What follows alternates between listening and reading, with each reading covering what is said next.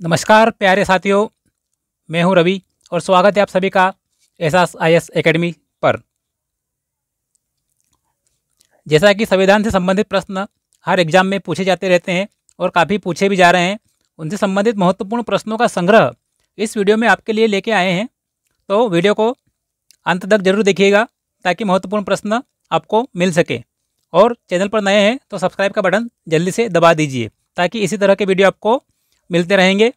चलिए देखते हैं, पहला प्रश्न आपकी स्क्रीन पर आ चुका है।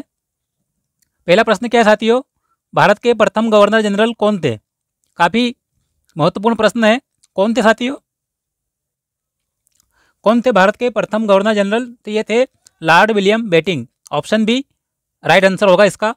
चलिए क्वेश्चन नंबर 2 पे आइए। क्वेश्चन नंबर 2 में क्या है, 1773 एक्ट के तहत गठित कोलकाता सर्वोच्च न्यायालय के प्रथम मुख्य न्यायाधीश कौन थे?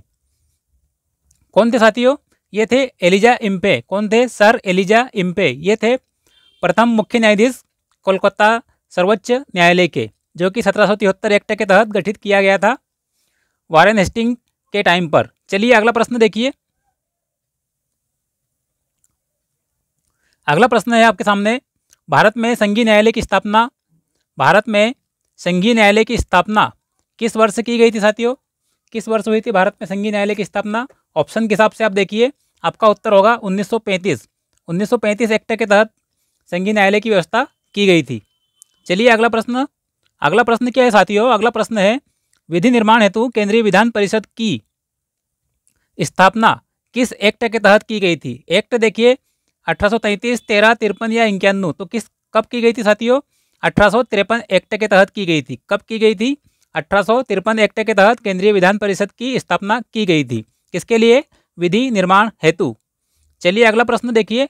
अगला प्रश्न है, भारतीय संविधान सभा में कुल महिला सदस्यों की संख्या कितनी थी? काफ़ी महत्वपूर्ण प्रश्न है साथियों, ये जरूर परीक्षा में आएगा और पहले भी पूछा जा चुका प्रश्न है ये। चलिए इसका उत्तर क्या होगा? Option B 15। कितनी सदस्य थी महिलाएं? महिला सदस्य की संख्या थी भारतीय संविधान सभा में, ध्यान रखिएगा साथियों, 15 सदस्य महिला सदस्य थी। चलिए अगला प्रश्न देखिए। अगला प्रश्न है आपके सामने, भारत के महान्यायवादी से संबंधित प्रावधान किस अनुच्छेद में किए गए हैं? आपको बताना है महान्यायवादी के प्रावधान भारतीय संविधान में किस अनुच्छेद में किए गए हैं। तो ये आपका आंसर होगा 76, अनुच्छेद 76 में किया गया है महान्यायवादी का प्रावधान। चलिए अगला प्रश्न, इसकी नियुक्ति कौन करता है साथियों? राष्ट्रपति द्वारा की जाती है इनकी नियुक्ति। चलिए अगला प्रश्न देखिए। अगला प्रश्न, भूमि सुधार किस सूची का विषय है? भूमि सुधार पूछा गया है और सूची पूछी गई आपसे, किस सूची का विषय है? तो यह आपका विषय है राज्य सूची का। किसका विषय है ये विषय राज्य सूची का विषय है। कौन सा? भूमि सुधार। जो भूमि सुधार लागू किए गए थे भारत में, वो किस सूची के अंतर्गत आते हैं? राज्य सूची के अंतर्गत आते हैं। चलिए अगला प्रश्न देखिए। डॉक्टर अंबेडकर ने किस अनुच्छेद को संविधान की आत्मा और हृदय माना है या संविधान की आत्मा और हृदय कहा है? क्या कहा था अंबेडकर जी ने? अगर मुझसे पूछा जाए कि भारतीय संविधान का कौन सा अनुच्छेद ऐसा है जिसके बिना ये संविधान शून्य प्राय हो जाएगा, तो उन्होंने कहा था कि अनुच्छेद 32 के सिवा मैं किसी और अनुच्छेद के बारे में बात नहीं करूंगा। तो उन्होंने क्या कहा? संविधान की आत्मा और हृदय अनुच्छेद 32 को कहा है। चलिए अगला प्रश्न देखिए, क्वेश्चन नंबर 9 देखिए। क्वेश्चन नंबर 9 में क्या है, 1935 एक्ट के तहत स्थापित संघीय न्यायालय के प्रथम मुख्य न्यायाधीश कौन थे? मतलब जो 1935 एक्ट के द्वारा संघीय न्यायालय स्थापित किया गया था भारत में, तो उसके प्रथम मुख्य न्यायाधीश कौन बने थे? तो वो बने थे सर मॉरिस गवेयर। कौन बने थे? Sir Maurice Gwyer. ध्यान रखिए, महत्वपूर्ण प्रश्न आपके स्क्रीन पर है साथियों, इसको बिल्कुल दिमाग में फिक्स कर लीजिए। चलिए अगला प्रश्न देखिए। अगला प्रश्न है, दल विहीन प्रजातंत्र का समर्थन किसने किया है? किसने किया साथियों दल विहीन प्रजातंत्र का समर्थन? तो आपका आंसर होगा महात्मा गांधी। किन्होंने किया है? महात्मा गांधी जी ने किया है दल विहीन प्रजातंत्र का समर्थन। इन्होंने राम राज्य की संकल्पना भी दी है। किसने दी है? महात्मा गांधी जी ने। चलिए अगला प्रश्न है, भारत के राष्ट्रीय कैलेंडर शक संवत का अंतिम माह कौन सा होता है साथियों? अंतिम माह होता है साथियों इसका फाल्गुन। कौन सा होता है? फाल्गुन। और प्रथम मास कौन सा होता है? चैत्र होता है। प्रथम मास चैत्र होता है और अंतिम माह होता है इसका फाल्गुन। ध्यान रखिएगा, काफ़ी महत्वपूर्ण है। चलिए अगला प्रश्न क्या है साथियों देखिए अगला प्रश्न, कश्मीर रियासत को भारत संघ में शामिल किया गया था। आपको ऑप्शन दिए हैं, जनमत संग्रह, पुलिस कार्रवाई या विलय पत्र, या इनमें से कोई नहीं। तो कैसे किया गया था कश्मीर रियासत का भारत संघ में विलय? तो ये विलय पत्र द्वारा किया गया था। पुलिस कार्रवाई द्वारा हैदराबाद को और जनमत संग्रह द्वारा जूनागढ़ रियासत को भारतीय संघ में शामिल किया गया था। ध्यान रखिए, ये प्रश्न काफ़ी महत्वपूर्ण है, यहीं से प्रश्न बनते हैं। अगला प्रश्न क्या है आपके सामने साथियों? अगला प्रश्न है उच्चतम न्यायालय द्वारा बंदी प्रत्यक्षीकरण रिट किस अनुच्छेद के तहत जारी की जाती है? साथियों, उच्चतम न्यायालय, प्रश्न ध्यान से पढ़िए, उच्चतम न्यायालय, सर्वोच्च न्यायालय, सुप्रीम कोर्ट पूछा गया है, ना कि हाई कोर्ट। तो सुप्रीम कोर्ट किसके तहत करती है? अनुच्छेद 32 के तहत, और अनुच्छेद 226 में हाई कोर्ट करती है रिट जारी। चलिए अगला प्रश्न देखिए। अगला प्रश्न है पर्यावरण के संरक्षण और संवर्धन से संबंधित अनुच्छेद कौन सा है? पर्यावरण संरक्षण और संवर्धन से संबंधित अनुच्छेद पूछा गया है आपसे, तो कौन सा है साथियों? 48A, 48A में है पर्यावरण संरक्षण और संवर्धन से संबंधित प्रावधान। चलिए नेक्स्ट क्वेश्चन पर। नेक्स्ट क्वेश्चन क्या है साथियों? नेक्स्ट क्वेश्चन है संविधान सभा का स्थायी अध्यक्ष किसे चुना गया था? बहुत ही महत्वपूर्ण प्रश्न, कई बार पूछा जा चुका है और पूछा जाता रहेगा। तो कौन थे स्थायी अध्यक्ष? डॉक्टर राजेंद्र प्रसाद, ये कौन किया था? ये स्थायी अध्यक्ष चुने गए थे। और अस्थायी अध्यक्ष या प्रथम बैठक की अध्यक्षता किसने की थी? तो वो थे सच्चिदानंद सिन्हा। ध्यान रखिए डिफरेंस दोनों के बीच में, क्योंकि ये उलझाने वाले प्रश्न बन जाते हैं जब एग्जाम में आपके सामने प्रत्यक्ष होते हैं। चलिए अगला प्रश्न देखिए, क्वेश्चन नंबर 16। नए राज्य के गठन की शक्ति किसमें निहित है? मतलब किसमें शक्ति है नए राज्य के गठन करने की? तो वो शक्ति है संसद में। किसमें? संसद में। किसमें शक्ति है? संसद में शक्ति है नए राज्य के गठन की। अगला प्रश्न है आपके सामने, छत्तीसगढ़ राज्य की स्थापना हुई थी, कब हुई थी? 1 नवंबर 2000 को। 1 नवंबर 2000 को हुई थी छत्तीसगढ़ राज्य की स्थापना।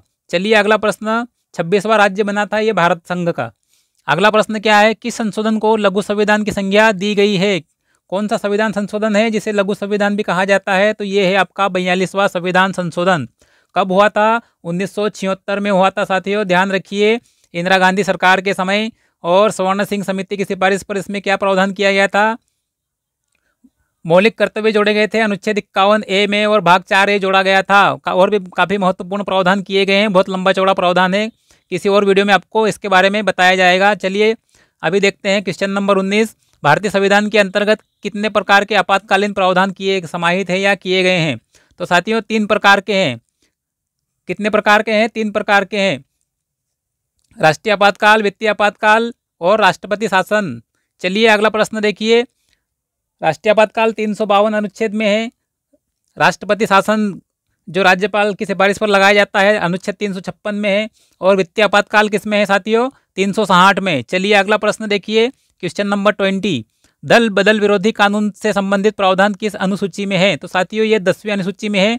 और ये संशोधन कौन सा था? 52वां संविधान संशोधन 1985 में किया गया था, जिसके तहत 10वीं अनुसूची जोड़ी गई थी संविधान में। और इसमें क्या प्रावधान किए गए हैं? दल बदल विरोधी, एंटी डिफेक्शन लॉ भी कहा जाता है इसे। चलिए अगला प्रश्न। अगला प्रश्न है प्राथमिक स्तर पर मातृभाषा में शिक्षा की सुविधाएं किस अनुच्छेद के तहत की गई है? तो प्राथमिक भाषा में शिक्षा की व्यवस्था अनुच्छेद 350A में की गई है। किस में की गई साथियों? अनुच्छेद 350A में। अगला प्रश्न है संविधान में मौलिक कर्तव्यों को किस समिति की संस्तुति के आधार पर शामिल किया गया था? तो अभी मैंने आपको बताया था, सरदार स्वर्ण सिंह समिति। सरदार स्वर्ण सिंह समिति की सिफारिश पर मौलिक कर्तव्यों को संविधान में शामिल किया गया था। अनुच्छेद 51A में 10 जोड़े गए थे। और 11वां कब जोड़ा गया? 11वां जोड़ा गया था 86वें संविधान संशोधन द्वारा, जो कि शिक्षा, बाल शिक्षा से संबंधित है। चलिए अगला प्रश्न। अगला प्रश्न क्या है आपके सामने, भारत का प्रथम नागरिक कौन होता है? तो भारत का प्रथम नागरिक होता है साथियों, ध्यान रखिए, राष्ट्रपति। महामहिम राष्ट्रपति जी होते हैं भारत के प्रथम नागरिक। कौन होते हैं? महामहिम राष्ट्रपति जी। क्वेश्चन नंबर 24 देखिए, भारतीय संविधान सभा की प्रथम बैठक किस तिथि को हुई थी? भारतीय संविधान सभा की प्रथम बैठक हुई थी 9 दिसंबर 1946। ऑप्शन बी आपका सही उत्तर होगा। चलिए अगला प्रश्न। और 13 दिसंबर 1946 को क्या हुआ था? उद्देश्य प्रस्ताव पेश किया गया था जवाहरलाल नेहरू द्वारा। और 22 जनवरी 1947 को जवाहरलाल नेहरू द्वारा प्रस्तावित उद्देश्य प्रस्ताव को स्वीकृत किया गया था संविधान सभा द्वारा। चलिए क्वेश्चन नंबर 25 पे चलते हैं। क्वेश्चन नंबर 25 में क्या है साथियों, राज्य सरकार को कानूनी मामलों में सलाह देने के लिए कौन अधिकृत होता है? मतलब राज्य सरकार को कानूनी मामलों में सलाह कौन देता है साथियों? तो वो देता है महाधिवक्ता। कौन देता है? महाधिवक्ता। और महान्यायवादी किसको देता है? केंद्र सरकार को। ध्यान रखिए दोनों में अलग अंतर है, फर्क है।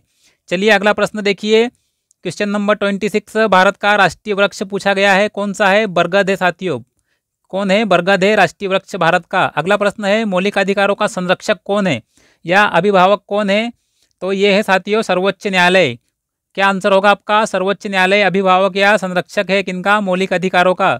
और मौलिक अधिकारों का प्रावधान किसमें किया गया है? भाग 3 में अनुच्छेद 12 से 35 तक किया गया है, जिसमें से 6 मौलिक अधिकारों की चर्चा की गई है। चलिए अगला प्रश्न, क्वेश्चन नंबर 28, प्रथम संविधान संशोधन किस वर्ष हुआ था साथियों? ये हुआ था 1951 में। कब हुआ था? 1951 में हुआ था प्रथम संविधान संशोधन। और महत्वपूर्ण कार्य क्या हुआ था उस समय? भूमि सुधार लागू करने के लिए काफ़ी दिक्कतें हो रही थी, जिसके लिए प्रथम संविधान संशोधन करना पड़ा था। और बाकी और भी बहुत सारे प्रावधान हैं, लेकिन आपको अगले वीडियोस में बताए जाएंगे, क्योंकि ये सीरीज चलती रहेगी। इस चैनल पर आपके लिए संविधान से संबंधित बहुत सारे प्रश्न करवाए जाएंगे। तो ध्यान रखिए, चैनल को सब्सक्राइब कर लीजिए और मित्रों सहपाठियों को भी शेयर कर दीजिए। अगला प्रश्न है भारत की प्रथम महिला मुख्य निर्वाचन आयुक्त कौन थी साथियों? तो ये थी वीएस रमा देवी। कौन थी? वीएस रमा देवी। अगला प्रश्न है क्वेश्चन नंबर 30। क्वेश्चन नंबर 30 में क्या है? लोकसभा की गणपूर्ति कितनी संख्या होती है? मतलब लोकसभा की गणपूर्ति या बैठक शुरू करने के लिए कितने सदस्य होना आवश्यक होता है?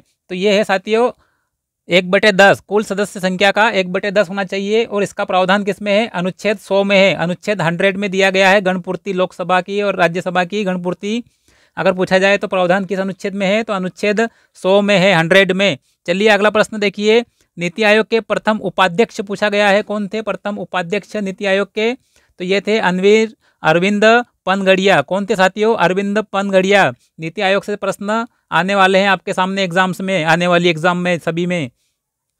चलिए अगला प्रश्न देखिए, 1948 में गठित भाषाई प्रांत आयोग के अध्यक्ष कौन थे? भाषाई प्रांत आयोग जो गठित हुआ था 1948 में, तो इसके अध्यक्ष कौन थे साथियों? ये थे एस.के. धर। कौन थे? एस.के. धर। और जेवीपी समिति में कौन कौन थे? जेवीपी समिति की अगर बात की जाए तो 1949 के आसपास गठित की गई थी। और तो उसमें जे से जवाहरलाल नेहरू थे, वी से सरदार वल्लभ भाई पटेल थे और पी से पट्टाभी सीतारामैया शामिल थे। अगर पूछा जाए जेवीपी समिति में कौन कौन शामिल थे, तो ये 3 व्यक्ति शामिल थे। कौन कौन? जवाहरलाल नेहरू, पट्टाभी सीतारामैया और सरदार पटेल। चलिए अगला प्रश्न देखिए, क्वेश्चन नंबर 33, भारतीय संविधान की प्रस्तावना में संशोधन किया गया था, कब किया गया था? आपसे पूछा गया है कि भारतीय संविधान की प्रस्तावना में संशोधन कब किया गया था। तो इसका सही उत्तर क्या है? 42वें संविधान संशोधन द्वारा 1976 में समाजवादी, पंथ निरपेक्ष और अखंडता शब्द जोड़े गए थे। ये तीनों प्रश्न भी काफी महत्वपूर्ण है। आपसे पूछा जाए समाजवादी, पंथ निरपेक्ष और अखंडता के बारे में, तो संविधान में कब समाहित किया गया? तो 42वें संविधान संशोधन 1976 द्वारा शामिल किया गया था। और संस्तुति किसने की थी ये 42वें संविधान संशोधन की? तो स्वर्ण सिंह समिति। चलिए अगला प्रश्न देखिए, अगला प्रश्न है राज्य पुनर्गठन अधिनियम किस वर्ष लागू किया गया था? क्या पूछा गया साथियों? राज्य पुनर्गठन अधिनियम किस वर्ष लागू किया गया था? तो ये लागू हुआ था 1956 में। कब हुआ था? 1956 में। और 14 राज्य और 6 संघीय क्षेत्रों की स्थापना की गई थी। महत्वपूर्ण प्रश्न है, काफ़ी बार पूछा जा चुका है और पूछते रहेंगे। चलिए अगला प्रश्न देखिए, इनमें से कौन भारतीय राजनीतिक व्यवस्था में सर्वोच्च है? तो कौन सर्वोच्च कौन होता है साथियों भारतीय राजनीतिक व्यवस्था में? संविधान सर्वोच्च है। संविधान से बढ़कर कुछ नहीं है, वही सर्वोच्च है भारतीय राजनीतिक व्यवस्था में। चलिए अगला प्रश्न, उपराष्ट्रपति पद के निर्माण किस तर्ज पर किया गया है? भारतीय उपराष्ट्रपति पद का निर्माण किसकी तर्ज पर किया गया साथियों? तो ये अमेरिकी उपराष्ट्रपति के तर्ज पर, अमेरिकी उपराष्ट्रपति की तर्ज पर किया गया है भारतीय उपराष्ट्रपति जी का निर्माण, पद का निर्माण साथियों। चलिए अगला प्रश्न है, कौन सा राज्य विधानसभा के सदस्यों की सर्वाधिक संख्या रखता है? तो कौन है साथियों? ये है उत्तर प्रदेश। कौन होगा? उत्तर प्रदेश। कितने? 403 सदस्य है इसकी विधानसभा में। कितने? 403। चलिए अगले प्रश्न पर, लोकसभा में अनुसूचित जाति के लिए आरक्षित स्थानों की संख्या कितनी है? तो कितनी है साथियों? ये है आपकी 84, 84 सदस्य की आरक्षित संख्या है लोकसभा में। लोकसभा से प्रश्न है साथियों। चलिए अगला प्रश्न है क्वेश्चन नंबर 39। इसमें क्या पूछा गया है? उच्चतम न्यायालय का उद्घाटन किस तिथि को हुआ था? तिथि पूछी गई है उच्चतम न्यायालय के उद्घाटन की। तो ये क्या तिथि थी साथियों? तिथि थी ये, दिनांक थी 28 जनवरी 1950। कब उद्घाटन हुआ था? 28 जनवरी 1950 को। चलिए अगला प्रश्न देखिए, अगला प्रश्न है पंचायतों के अधिकार प्राधिकार और दायित्व के बारे में उपबंध किए गए हैं। सूचियां दी गई है, तो कौन सी सूची होगी? 11वीं अनुसूची। कब जोड़ी गई थी? 73वें संविधान संशोधन अधिनियम 1992 द्वारा 11वीं अनुसूची जोड़ी गई, जिसमें पंचायतों संबंधित अधिकार, प्राधिकार, दायित्व का प्रावधान किया गया है। और इसमें कुल विषय कितने हैं? 29 विषय हैं। विषय पूछे जाए 11वीं अनुसूची में कितने विषय हैं? तो 29 है। 10वीं अनुसूची कब जोड़ी गई थी? 1985 में 52वें संविधान संशोधन द्वारा दल बदल विरोधक निरोधक अधिनियम से संबंधित है। और 12वीं अनुसूची 74वें संविधान संशोधन अधिनियम 1992 में जोड़ी गई है, जो कि नगरीय निकायों से संबंधित है। चलिए अगला प्रश्न देखते हैं। अगला प्रश्न क्या है साथियों? 1956 के राज्य पुनर्गठन अधिनियम द्वारा कितने राज्य और संघीय क्षेत्रों की स्थापना की गई थी? अभी बताया था मैंने आपको कुछ ही देर समय पहले, कितने? 14 राज्य और 6 संघीय क्षेत्र या संघ राज्य क्षेत्र स्थापित किए गए थे। क्वेश्चन नंबर 42 देखिए, भारत की लोकपाल संस्था के प्रथम अध्यक्ष कौन थे? मतलब भारत के प्रथम लोकपाल कौन बने थे? तो ये थे पिनाकी चंद्र घोष। कब बने थे? 2019 में। चलिए अगला प्रश्न है, राष्ट्रपति की सहायता और सलाह देने के लिए मंत्रिपरिषद का प्रावधान किस अनुच्छेद में किया गया है? किस अनुच्छेद में किया गया साथियों? मंत्रिपरिषद का प्रावधान पूछा जाए आपसे परीक्षा में तो अनुच्छेद 74 आपका आंसर होगा। राष्ट्रपति को सहायता और सलाह देने के लिए एक मंत्रिपरिषद होगी, जिसका प्रमुख कौन होता है? प्रधानमंत्री। और इनकी नियुक्ति कौन करता है? प्रधानमंत्री की नियुक्ति राष्ट्रपति और अन्य मंत्रियों की नियुक्ति प्रधानमंत्री की सलाह पर राष्ट्रपति जी द्वारा की जाती है। चलिए अगला प्रश्न देखिए साथियों। अगला प्रश्न है, संसद सदस्य बनने के लिए न्यूनतम उम्र सीमा क्या है? कितनी है साथियों संसद सदस्य बनने के लिए न्यूनतम उम्र सीमा? तो ये है 25 वर्ष। कितनी है? 25 वर्ष। चलिए अगला प्रश्न देखिए। अगला प्रश्न क्या है, राज्य के राज्यपाल का प्रावधान संविधान के किस भाग के अंतर्गत किया गया है? आपसे अनुच्छेद नहीं पूछा गया है, भाग पूछा गया है। तो ये कौन से भाग में है राज्य के राज्यपाल का प्रावधान? तो ये भाग 6 में है। कौन से भाग में है? भाग 6 में प्रावधान किया गया है राज्य के या राज्यों के राज्यपाल का। चलिए अगला प्रश्न देखिए। अगला प्रश्न है, किस सदन का अध्यक्ष उसका सदस्य नहीं होता है? तो ये है साथियों राज्यसभा। कौन होता है इसका अध्यक्ष? उपराष्ट्रपति होता है, जो कि सदन का सदस्य नहीं होता है, क्योंकि अलग से निर्वाचित किया जाता है उपराष्ट्रपति जी को। चलिए अगला प्रश्न देखिए। राष्ट्रीय मानवाधिकार आयोग के अध्यक्ष का कार्यकाल पूछा गया है, कितना होता है? तो ये अभी संशोधन के बाद में 3 वर्ष कर दिया गया है। कितना साथियों? 3 वर्ष कर दिया गया है राष्ट्रीय मानवाधिकार आयोग के कार्यकाल को। चलिए अगला प्रश्न देखिए 48। किस अनुच्छेद के तहत निर्वाचन आयोग की व्यवस्था की गई है? मतलब निर्वाचन आयोग से की व्यवस्था से संबंधित कौन सा अनुच्छेद है? तो ये अनुच्छेद है आपका 324। कौन सा साथियों? 324 अनुच्छेद में भारतीय निर्वाचन आयोग की व्यवस्था की गई है। चलिए क्वेश्चन नंबर 49 देखिए साथियों। प्यारे साथियों फटाफट से देख लीजिए इसको। राज्यसभा की निश्चित अधिकतम संख्या सदस्य संख्या कितनी है? तो निश्चित अधिकतम सदस्य संख्या राज्यसभा की कितनी है? 250 है साथियों। कितनी? 250। चलिए अगला प्रश्न देखिए। अगला प्रश्न है, भारतीय संघवाद को सहकारी संघवाद किसने कहा है? भारतीय संघवाद को सहकारी संघवाद किसने कहा है? तो ये जी ऑस्टिन ने कहा है। ऑप्शन बी आपका सही उत्तर होगा साथियों। चलिए 50 प्रश्न आपको करवाए हैं।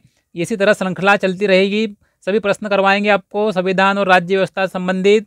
तो चैनल को सब्सक्राइब कर लीजिए, जल्दी से सब्सक्राइब का बटन दबा दीजिए और लाइक शेयर भी कर दीजिएगा अपने मित्रों सहपाठियों को, ताकि महत्वपूर्ण प्रश्न आपको बहुत सारे सोर्सेस मिल जाएंगे प्रश्नों के, लेकिन जो महत्वपूर्ण है, जिनकी परीक्षा में आने की संभावना है, जो परीक्षा में छपने वाले हैं, ऐसे प्रश्न आपको हमारे द्वारा उपलब्ध करवाए जाएंगे, जो कि आपकी सफलता के लिए काफ़ी महत्वपूर्ण होंगे। तो चैनल को सब्सक्राइब जरूर कर लीजिएगा। चलिए मिलते हैं अगले वीडियो में। धन्यवाद साथियों। जय हिंद।